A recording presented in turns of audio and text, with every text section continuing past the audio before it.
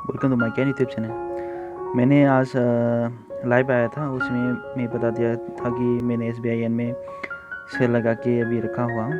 ठीक है, अभी तक तो 230 का लॉस पे जा रहा है, 200 का।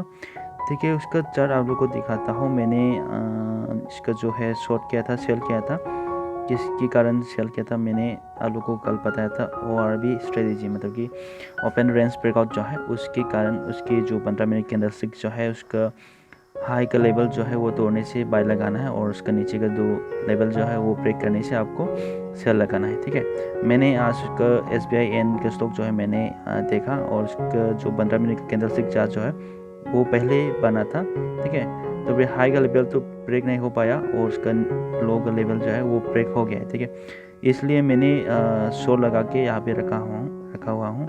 तो 184